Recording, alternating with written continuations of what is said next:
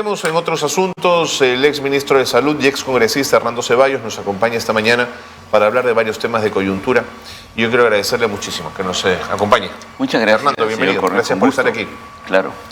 Antes de ir a los temas de fondo, yo quería preguntarle su opinión por la elección de Josué Gutiérrez como defensor del pueblo. ¿Qué debe preocuparnos? ¿La forma de la elección, el elegido en la elección o la componenda tras la elección? Yo creo que nos debe preocupar todo, ¿no? Todo. Porque es parte de la descomposición de la política peruana, ¿no? Y es una expresión muy clara de cómo se pueden llegar a acuerdos desde posiciones supuestamente en las antípodas, Así pero que es. sin embargo todo vale, ¿no? Entonces sí, es preocupante, ¿no? Cómo se ha ido degradando la política en el Perú de tal manera de que una opción de derecha absolutamente descalificada, más vinculada a la corrupción, como es el fujimorismo, pues aparece uniéndose al serronismo, ¿no es cierto?, que venía sosteniéndose como un partido de gobierno hasta hace poco tiempo, ¿no? Pero bueno, permítame poner sobre la mesa la tesis de Walter Albán esta semana. Quizás ya ni siquiera es un tema de izquierdas o de derechas, es un tema de pillos más pillos. Es que no es un tema de izquierda o de derecha, porque hace bastante tiempo que Perú Libre no tiene nada que ver con la izquierda. Exactamente, ese es el punto, ¿no? Entonces no es un tema ideológico, yo creo que es un tema ético, es un tema de cómo se lee la política en el país y cómo vamos perdiendo la capacidad de mantener una línea, ¿no? Frente a distintas circunstancias, a opciones, ¿no? Entonces ese todo vale, o el decir, bueno, si para acumular un poco de poder me tengo que aliar al diablo, pues está bien, ¿no? A mí me parece que no es así, que no está bien. Me parece que hay que mantener un perfil ideológico muy claro, hay que mantener los principios y hay que identificar claramente qué es lo que queremos, ¿no? En el país, ¿no? Y parece que esto no se está dando en algunos sectores de la política peruana, ¿no? Lo entiendo. Ahora, me preocupa ya, digamos, no el árbol, sino el bosque. El Congreso de la República es capaz de desoír exhortaciones y recomendaciones del Poder Judicial, sentencias de la Corte Interamericana sobre el tema, sin respetar en nada el debido proceso para la elección de un defensor del pueblo. Es decir, les importa poco el proceso. Pero si no le ha importado nada sacar a Castillo y ponerlo a poner a Boluarte, vulnerando todos los procesos, ¿no? Bueno. Más allá de la torpeza del 7 de diciembre, digamos, ¿no? No, ese es otro tema, ¿no? Ese es otro tema. Para mí una barbaridad que cometió Pedro Castillo, un salto adelante inexplicable. Francamente, si bien él quiso interpretar el sentimiento de la mayoría del país, de lo que significa el Congreso, su desprestigio, no era la manera. No era la manera. Pero sin ninguna duda que el Congreso esto lo trabajó al margen de cualquier tema legal, ¿no? Y en algún momento esto le va a jugar a favor de Castillo, porque aquí no ha habido posibilidad de un antejuicio, ni se han cumplido los procesos que determinan una vacancia presidencial. No les ha interesado nada. Bueno, es el Congreso que tenemos, ¿no? Es el Congreso que tenemos. Justo le iba a preguntar en ese sentido, en democracias más institucionalizadas y con mayor cultura política, los ciudadanos sancionan a sus congresos quitándoles el voto.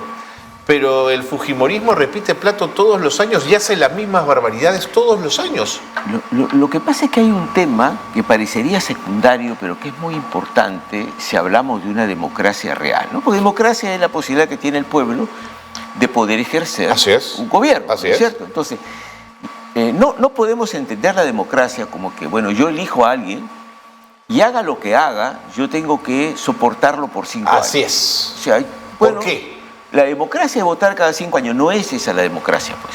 Ese es el acto formal, pero la democracia es tener la posibilidad de fiscalizar, de que se escuche tu opinión, de que se cumpla lo que se prometió. Eso es la democracia. Ahora, ¿qué sucede con este gobierno de Dina Boluarte respaldado por el Congreso? Sucede que este gobierno ha asesinado a decenas de personas, no respeta el derecho de opinión y a todas luces va a copar el resto de las instituciones del Estado ¿Para qué? Para asegurarse el día de mañana que no la juzguen a la señora Boluarte por las barbaridades que ha hecho en el gobierno y si pueden quedarse todo el tiempo que las maniobras que puedan hacer les permitan, ¿no? Entonces yo creo que estamos francamente en un régimen dictatorial con un gobierno que avala eso, porque ha avalado este gabinete, se ha negado a investigar y a interpelar a cualquier ministro que tenga vinculación con las matanzas. Si uno compara interpelaciones y censuras de Castillo versus Boluarte, la tratan con guante de seda, es un cogobierno absoluto, ¿no? No hay ninguna duda en eso, ¿no? Y eso es al margen de un posicionamiento político. Al margen, ¿no? Por supuesto, por supuesto. Francamente, un tema que es casi escandaloso, sí, ¿no? Porque, por ejemplo, ¿no? Después de las matanzas, de tener miles de personas heridas, de que existen informes de los organismos internacionales sobre vulneración de derechos humanos, que el Congreso cierre cualquier investigación a los actores, ¿no? ¿Qué tipo de gobierno tenemos, ¿no? ¿No? ¿Qué tipo de expectativa podemos tener de defensa de lo racional, ¿no? De un verdadero Estado democrático? Yo creo que ninguna. Con este Congreso... De acuerdo. Lo llevo a su terreno, al tema de la salud. El MINSA indicó que hay 20 regiones que continúan en estado de emergencia por el dengue. Usted ha estado al frente del Ministerio de Salud. ¿Qué le parece la forma como se está enfrentando una epidemia como esta, la más alta en los últimos 30 años de dengue? Sí, yo plantearía una reflexión, ¿no? Nosotros cometimos muchos errores, digo como país, como Estado, cuando enfrentamos el dengue. Pero más que los errores que se cometieron en el camino, partíamos de un sistema sanitario absolutamente precario, ¿no? Como tenemos en el país, ¿no? Establecimiento de salud sin personal, con problemas de infraestructura, sin equipamiento, un sistema de salud disgregado que no trabaja cohesionado, la seguridad social con el Ministerio de Salud, con el sector privado, cada uno hace lo que quiere. Así llegó la pandemia, así nos fue, tuvimos más de 200.000 muertos, ¿no? Y además nos mostró como un país totalmente, digamos, injusto, porque crecimos durante décadas, pero sin embargo... Nunca llegó a los más pobres, ¿no? Nunca llegó a los más pobres, pero esto no es una frase, es que realmente... Es que es real, ¿no? No hay derecho a la salud, no había derecho a la educación, la gente... Le decían, haz cuarentena, pero la gente tenía que salir a trabajar porque casi el 80% de la población vive en informalidad. Entonces, luego de la pandemia, que gracias a la vacunación y al trabajo de muchos técnicos en el Ministerio de Salud, logramos parar la tercera ola y pasar a ser uno de los países que más vacunó en el mundo, porque es así. A fines de diciembre del 2021, nosotros habíamos superado casi a todos los países de América Latina, no solo en cantidad de personas vacunadas, sino en la velocidad de vacunación que nos permitió volver a la normalidad. Si me permite el paréntesis, el Perú además había tenido enormes experiencias positivas de vacunación en varios niveles en los años precedentes. Claro. Dicho sea de paso. Y habíamos contratado mucha gente para las campañas de vacunación, miles de brigadas, un trabajo de movilización social en todo el país muy interesante. Ahora, el tema es luego de la pandemia. Hemos aprendido realmente la necesidad de llevar adelante una reforma profunda real, del sector salud, con fortaleciendo el primer nivel de atención.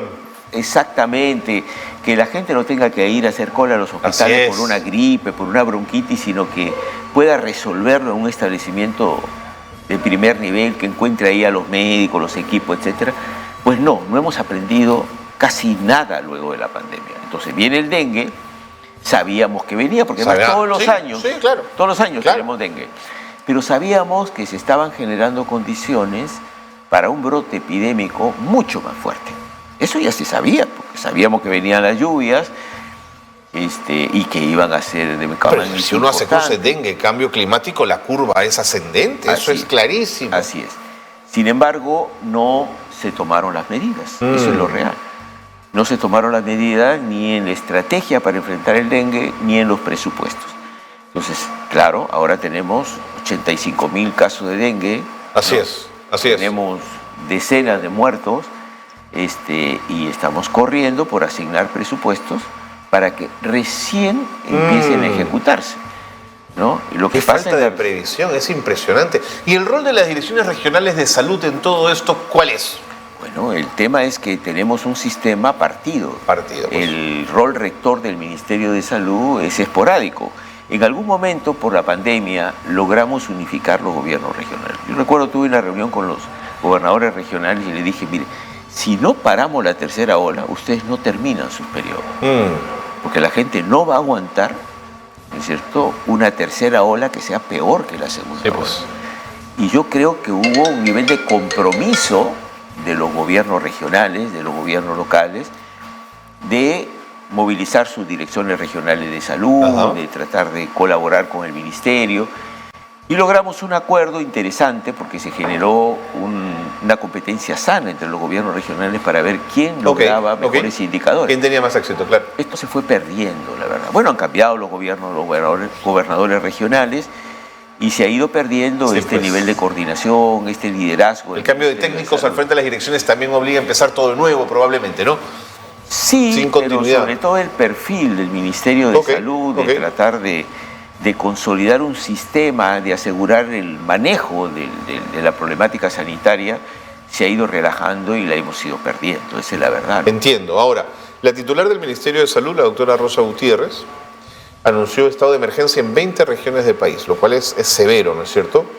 Pero hay colapso de hospitales por el gran número de pacientes en este momento, o sea, la misma situación que vivimos en la pandemia. En el norte del país es la zona más afectada.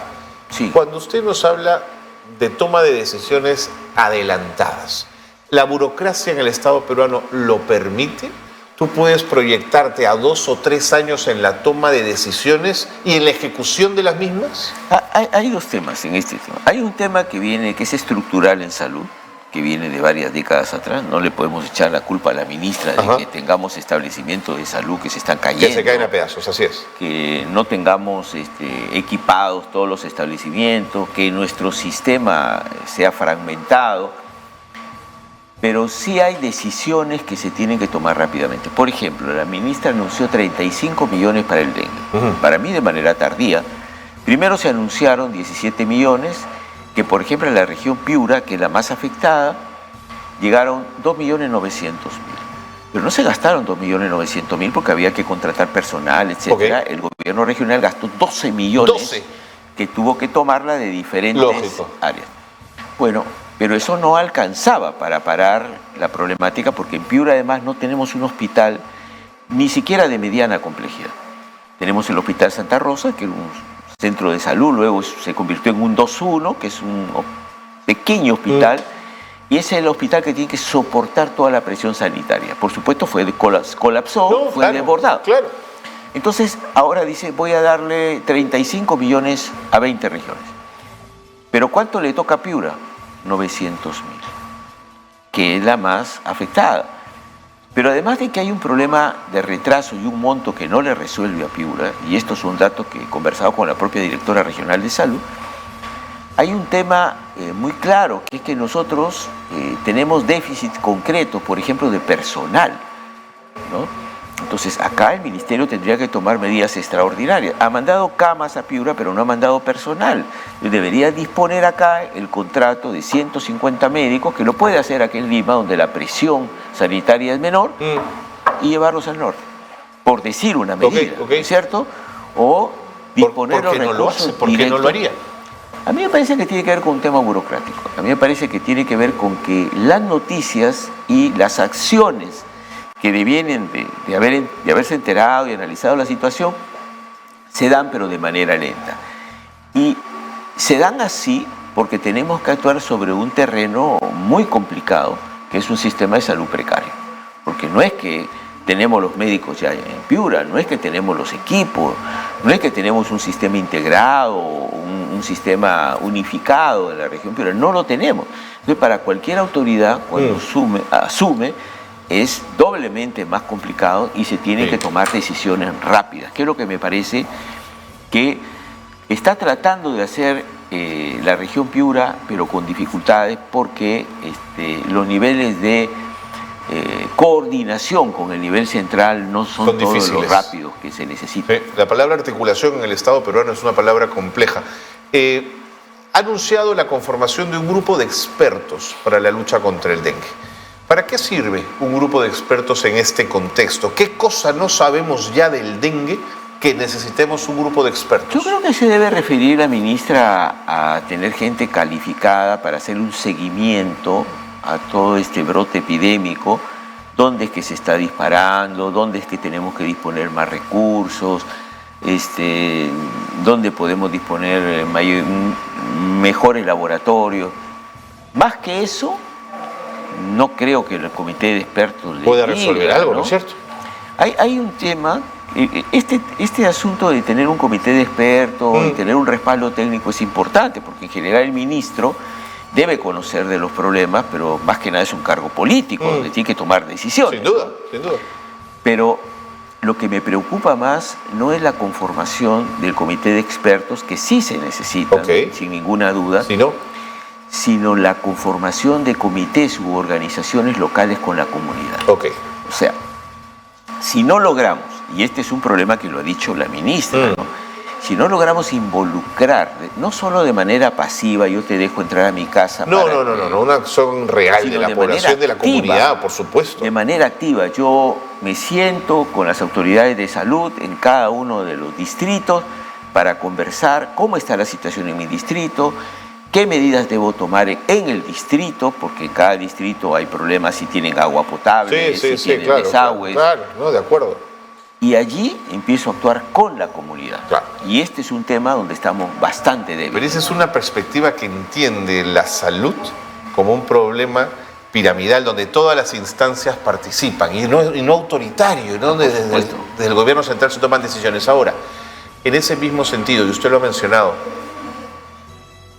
necesitamos para eliminar el dengue, sin duda, que la penetración de agua y saneamiento en los hogares peruanos sea mayor, porque en la medida en que haya agua potable y haya caños, yo no tengo por qué tener aguas acumuladas. Es decir, de pronto la gran inversión en salud en el Perú no es de hospitales, sino es de agua y saneamiento. Sí, justamente ayer estuve en un foro en el Colegio Médico analizando qué nos pasó en la pandemia. Y claro, esto tiene que ver con los condicionantes sociales de la salud y con la necesidad de que vinculemos la salud a la calidad de vida de cada ciudadano. Si no tienes una vivienda digna, ¿no? Si no tienes un trabajo estable, no puedes tener salud, ¿no? Es la pobreza multidimensional. Hay problemas de estrés mental, hay problemas de cómo ves la vida, seguro. De poder planificar las cosas. Si no tienes y a nosotros nos han vendido el cuento de que para crecer como sociedad debíamos ser muy competitivos, entonces los trabajos tienen que ser absolutamente provisorios y se tiene que convertir en una guerra el mantenerte en un puesto de trabajo. Cosa que no debe ser así. Si tú logras un nivel de calificación mínima y de eficiencia, ¿por qué tienes que estar cada 3 meses pensando si te van a renovar o no? Cosas como esa, o como que vivimos en un país con 8,5 millones de personas que no tienen acceso al agua potable. Así es. Un país donde casi el 30% no tiene los servicios básicos. ¿Cómo vamos a enfrentar pandemias, epidemias, dengue, chikungunya, zika? Yo no sé si el Ministerio de Salud ha hecho un cruce entre de cuántos de los enfermos o contagiados por dengue, cuántos no tienen agua potable. Y le aseguro que la respuesta puede estar ahí. Pero por supuesto, por supuesto. Así como no tenemos problemas en liderazgo en el Ministerio de Salud, en estrategia, en romper la burocracia de este paquidermo que es el Ministerio de Salud, tenemos problemas de condicionantes sociales que nos limitan tremendamente. Totalmente. Yo recuerdo durante la pandemia decían 40 días, 2 meses de no salir de las casas y el 30% de la población no tiene una refrigeradora.